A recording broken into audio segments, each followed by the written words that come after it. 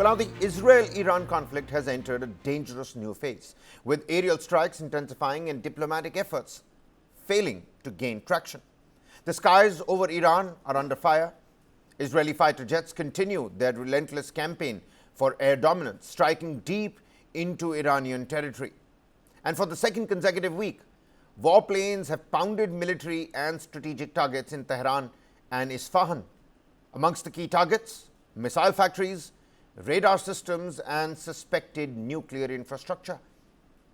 Iran's response, on the other hand, is fierce missile and drone attacks aimed at Israeli cities, leaving at least 24 civilians dead, all corroborated by Israeli officials. Iran has fired at least one missile at Israel that scattered small bombs with the aim of increasing civilian casualties. Cluster bombs are controversial because they indiscriminately scatter submunitions, some of which can fail to explode and kill or injure long after the conflict ends.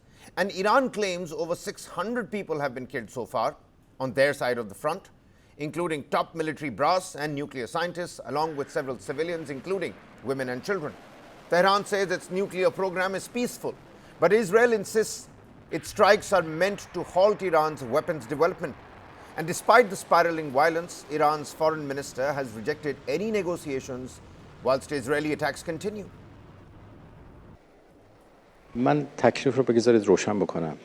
ما در شرایط حاضر و در شرایطی که تهاجمات رژیم صهیونیستی ادامه داره خواهان مذاکره با هیچ کسی نیستیم. و آمریکا یعنی در خصوص این موضوع با هیچ کسی ما خواهان مذاکره نیستیم. آمریکایی‌ها خواهان مذاکره هستند. چند بار هم پیام دادن. پیام‌های خیلی جدی هم دادند. ولی ما صراحتاً به اونها گفتیم که تا وقتی که این تهاجم و تجاوز متوقف نشه اصولاً حرف از گفتگو زدن، حرف از دیپلماسی زدن جایی نداره.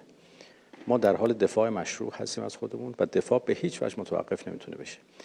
و با آمریکا به عنوان شریک این جنایات هم هیچ صحبتی نداریم.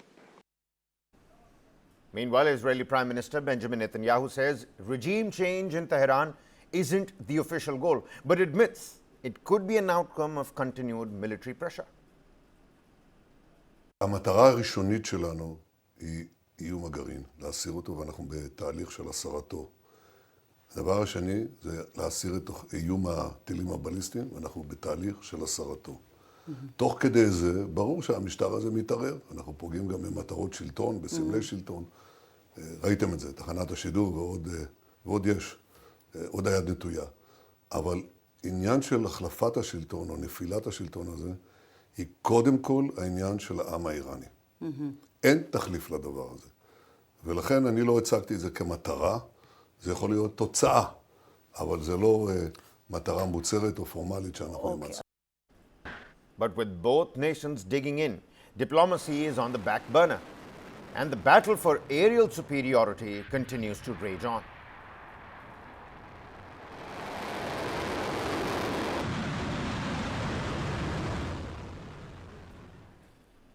US President Donald Trump, quite cryptic in his own statements, has said that he's going to decide in the next 2 weeks whether the US will get involved in the Israel-Iran air war, raising pressure on Tehran to come back to the negotiating table.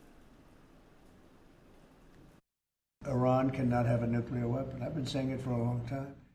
US President Donald Trump says he's going to decide in the next 2 weeks if the US will get involved in the Israel-Iran air war.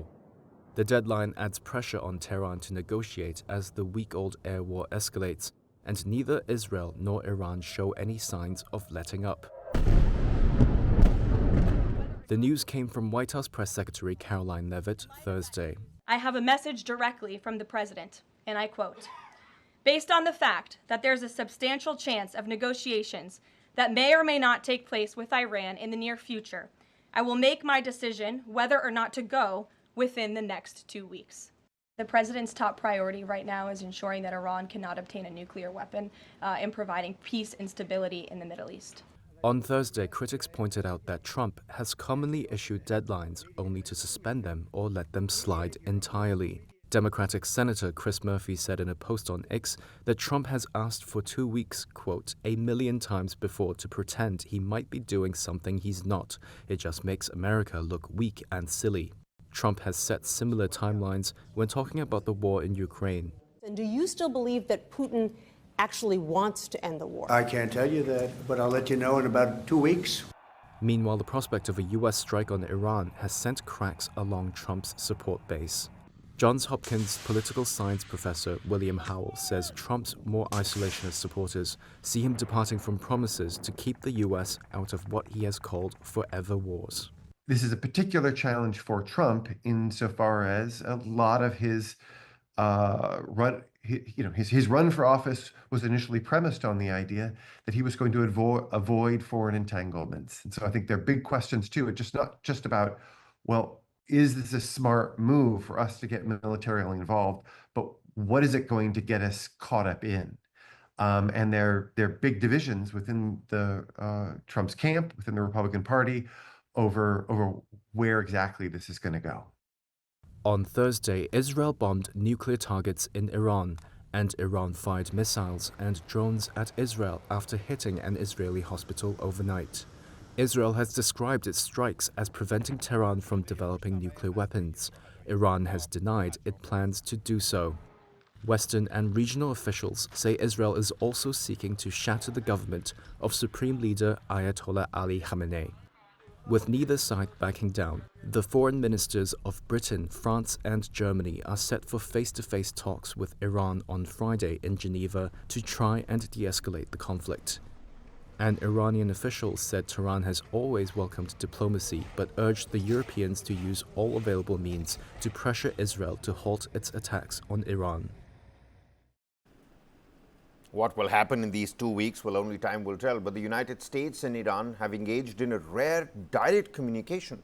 U.S. Special Envoy Steve Witkoff and Iranian Foreign Minister Abbas Araghchi have reportedly held multiple phone conversations since Israel launched airstrikes on Iran on the 13th of June. According to sources, the talks aimed to de-escalate the ongoing conflict have been focused on. And Araghchi, Iranian foreign minister, reportedly told the U.S. envoy Witkoff that Tehran would not return to negotiations unless Israel halts its military campaign. Sources also reveal that the discussions briefly touched upon a U.S. proposal from late May, one that suggests creating a regional uranium enrichment consortium, including Iranian territory. However, Tehran has so far rejected the idea. The first call was initiated by Washington, is what we're learning, which also floated a new proposal to break the diplomatic deadlock. Now, this week's exchanges and engagements, they mark the most substantive direct contact between Washington and Tehran since indirect nuclear talks that began last April. These two sides, enemies, warring factions, had previously only exchanged brief words during chance meetings in Oman and Italy. And neither the United States nor Iranian officials have issued public comments on the back-channel talks.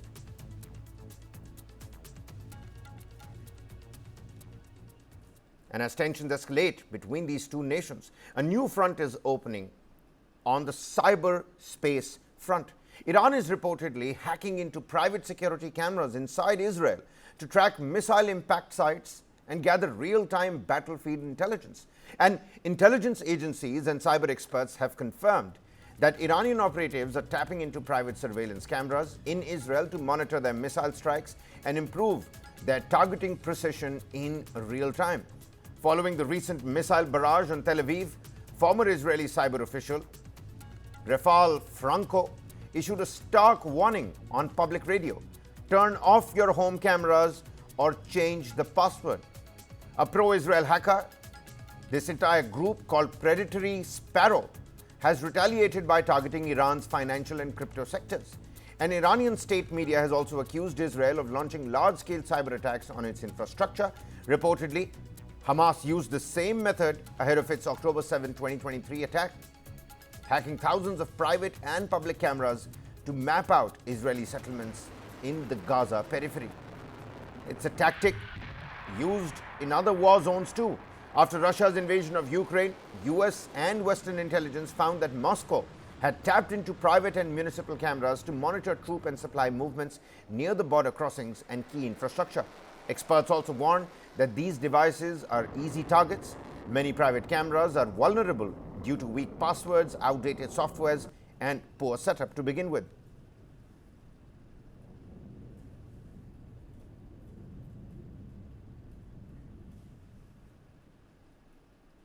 And even as these escalations continue to intensify, there are some other orbiter and ripple effects that one has to take a closer look at.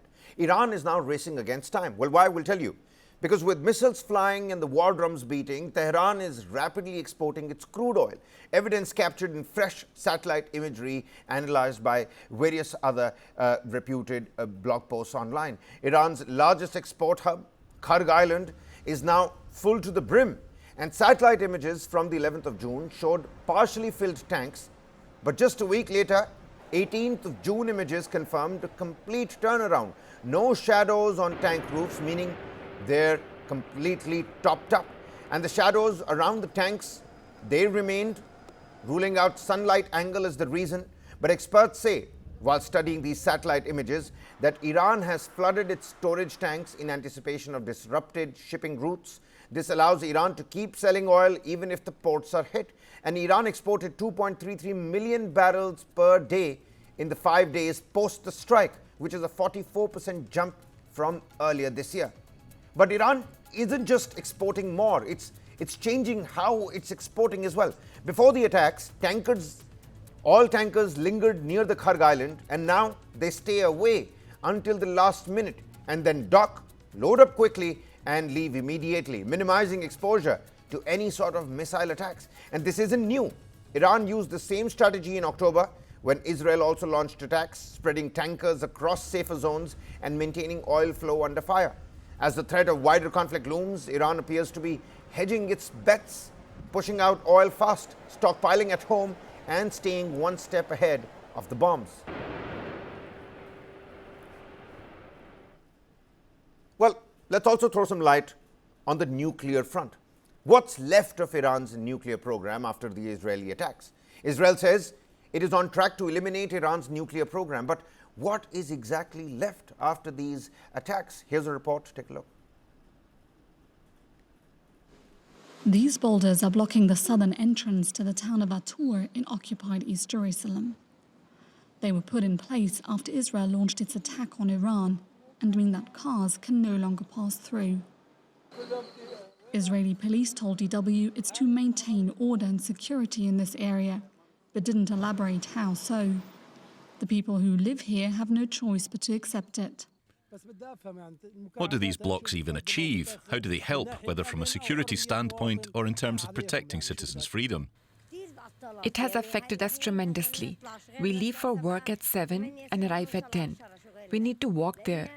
There are no cars, no buses. Some try to squeeze past with their scooter, but fail. Barriers are everywhere you look in the occupied Palestinian territories. Across the West Bank, Israeli authorities have erected numerous yellow gates at the entrances to Palestinian villages, which they can shut at any time. As we drive from Jerusalem towards Ramallah, just days into the Israel-Iran conflict, we notice more of them are being installed. This is Jabba checkpoint. On the other side, hundreds of cars are queuing to cross. Palestinians use this road for work, to see families and friends, and to access critical infrastructure.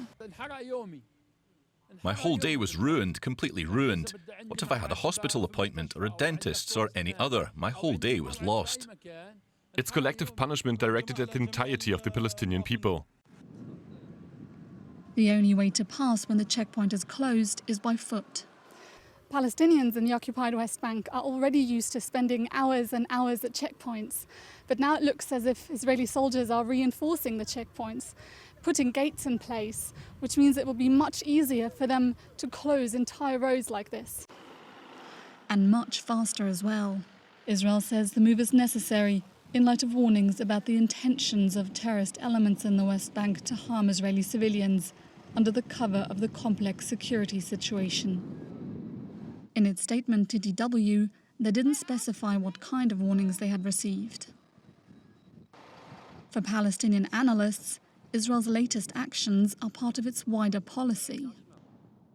The Israeli military is also in the West Bank to ensure the safety of hundreds of thousands of Israeli settlers who live here illegally under international law. The Israeli government wants to expand their presence even further, having just approved the construction of 22 more settlements here. Israel wants to annex the West Bank. And when the world is busy with this conflict in Iran and before the conflict in Gaza, it's the chance for Israel to do this step, but without taking an official or a formal decision. They are doing it on the ground by de facto. As Israel creates facts on the ground, the room that Palestinians can move in shrinks with every barrier. All right, then shifting our focus to Kerala, where another life has been lost to moral policing. That's right. And this time, this is in Kerala's Kannur district. A young woman, Rasina, died by suicide after facing public humiliation and harassment for being seen with a male friend. 24-year-old Rasina from Parambai in Kannur died by suicide after she was subjected to public shaming by the local men. And the incident took place near the Achankara Mosque in Pinnarai, where Rasina was spotted sitting in a car with a male friend last Sunday. The accused allegedly dragged the young man out, assaulted him, seized his phone and tablet, and 2 days later, Rasina was found dead in her bedroom. Police have arrested 3 men, MC Mubshir, K.A. Faisal and V.K. Rafnas, all residents of the same locality. One of these allegedly also a close relative of Rasina. And the arrests were essentially based on her suicide note, which reportedly detailed the trauma she faced after that incident near the mosque last Sunday. Meanwhile, Rasina's family has blamed her male friend for her death, denying any moral policing angle. Her mother defended the 3 arrested youths, calling them innocent, and alleged the friend took Rasina's money and gold. Now, Kannur City Police Commissioner Nitin Raj has confirmed that the incident is directly linked to the ongoing investigation in Rasina's death. The accused have been booked for abetment to suicide. Addressing the media, the commissioner earlier clarified that the victim's suicide note makes no mention of this friend. However, police have assured that all allegations raised by the victim's family will be thoroughly probed. Meanwhile, the victim's friend, who was reportedly assaulted by the accused, remains untraceable. Search operations are underway. My colleague Alex Matthew joins us live on the broadcast here. Alex, back-to-back cases of moral policing, that's something that we have to look at, but let's keep that on the side burner for now. Let's focus on Rasina's case. What is this new angle that now comes to light? The mother now alleging that it was the friend that Rasina was seen sitting inside the car with that is actually the main culprit behind all of this. The 3 people that have been accused, they've been accused wrongly. Do I have it correct? How can you help the viewers here? Alex, take it away. The arrest was on Tuesday, and today morning, Rasina's mother came and she made allegations on her friend.